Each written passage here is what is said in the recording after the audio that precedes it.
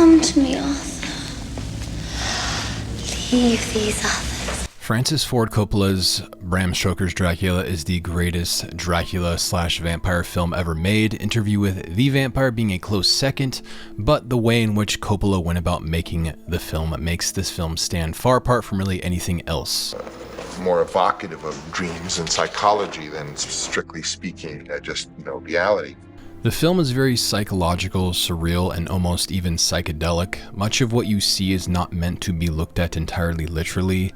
Coppola is a master of using visual metaphor and allegory in order to evoke feeling. Look what your God has done for me. I love him! Coppola remained faithful to Stoker's novel, keeping characters entirely intact, unlike many other adaptations of Dracula, but added his own layer on top of the book, which only seeks to enhance and connect the story on a deep philosophical level. And I could see that in most of the scenes, Harker is called Renfield, and Lucy is the one in love, but she's married to Harker, and they just totally played havoc with Stoker's novel. Yes.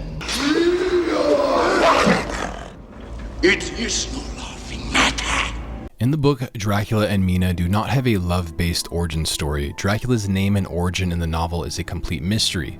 But in the film, adding the historical element of Vlad and Mina's tragic romance as a result of the Holy War in which Vlad fought, sparks the philosophical or metaphysical question as to the origins of evil itself. I have tried to play him as rather like Raphael, like a fallen angel.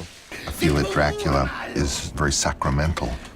And Dracula, in an odd way, is kind of like Christ-like. Vlad, or Dracula, feeling so devastated or betrayed over the death of his bride, chooses to reject God. And it's about the sacrament, and it's about also God's ultimate responsibility and pledge to us, as well as ours to God's. Because God is an element in this story. And the whole question of evil, God plays a role. How much are humans driven to evil as a result of the loss and absence of love? It's a moral question every moral human faces on some level. There's always that good and bad paralleling one another. Makes it more interesting. Giving this tragic human element to Dracula versus the book makes him far more interesting as an antagonist. You can both empathize and relate with him, but also be horrified. Vlad and Mina really operate as archetypes in the film, Mina as this sort of divine feminine force, Vlad as this extremely, extremely wounded masculine. You are one of the lights, dear Mina, the light of all light. Dracula's loss of this love and feelings of betrayal towards God in a sense crucifies him and causes him to fall from grace. All humans on some scale can relate to this sense of loss and tragedy, which is what makes this potential for absolute corruption so disturbing.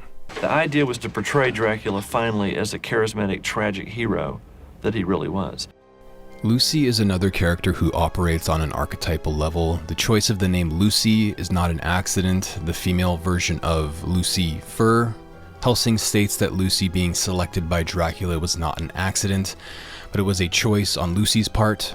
Lucy is not a random victim attacked by mere accident, you understand? No. She's a willing recruit, a breathless follower, a wanton follower, I dare say a devoted disciple. As if Lucy's boundarylessness and gluttonous way of operating is what attracted and allowed Dracula to take her in the first place. The men she is interested in are merely there to be fed on and used. Blood drinking is just the progression of that. Lucifer, also a figure who rejects God's law, which is essentially boundaries of the objective and moral world. With Dracula preying on everyone that's in Mina's life, Lucy and Jonathan Harker, it adds this element of distortion to the original love that Vlad had towards Mina. Passionate love redirected and distorted into a diabolical, destructive force. You tortured and impaled thousands of people. I served the cross in vain. I was betrayed. Look what your God has done to me. Your war with God is over. This proposes the question, how much of evil is a result of distortion and corruption? How much of evil is a result of rebelling against the self? All evil is inherently self-destructive at some point. This was a man who lost his soul. How many of us, people today, renounce our blood tie to the creation, to the creative spirit, and become Draculas, become living dead, become soulless? One of the main elements that makes this film so great is the use of practical old school effects. Coming out of magicians and illusions and basically magic tricks, I would only use effects done as they would have been done in 1900. The use of practical effects enhances the visual metaphor or visual allegories of the film. It gives such a surreal effect that can't be done with modern CGI. The whole film feels as if Dracula is watching over and influencing everything that's occurring, cracking into people's minds. I await your command. The use of miniatures and being entirely done on a soundstage enhances this feeling. The film feels like you are watching a stage performance rather than a film. Somehow you were touching another realm, and all the rules of physics would be off. Many scenes operate in a way in which is very psychological. You're not sure if what is occurring is in the mind of the character or in literal reality. That is what makes the use of these visual metaphors so powerful. Sort of to distance the audience from the idea that this was literal reality. Anthony Hopkins' depiction of Van Helsing is also unmatched. The metaphysician perfectly acts as exposition for much of the film, bringing light to the philosophical and metaphysical questions of Dracula and evil itself. The ethics and ideals of Christian civilization are concerned. In fact, civilization and civilization have advanced together. A worthy opponent and antagonist to Dracula himself, a character that embodies the bridge between science and the occult, alchemical, mystical woo-woo. Science without some degree of philosophy and creativeness is dead, really. Jack, you are a scientist. Do you not think there are things in this universe which you cannot understand and which are true? I don't know about vampires, but I believe that life is a kind of dream. I think it's an illusion. I suppose in that illusion there is room for the darker forces.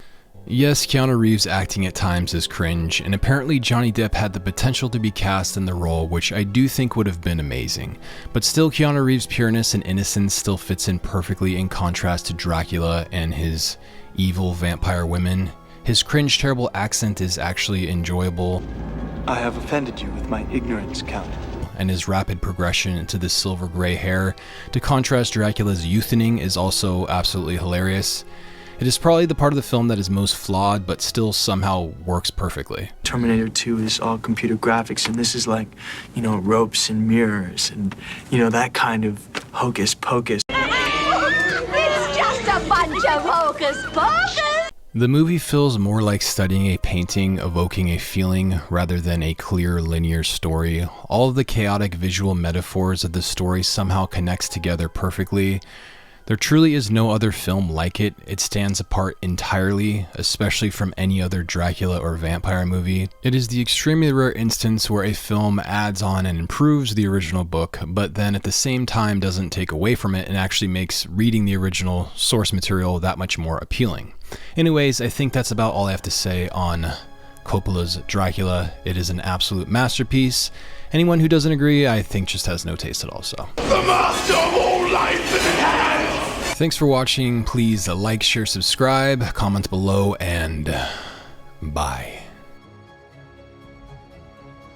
In my beautiful land, your friend, thee.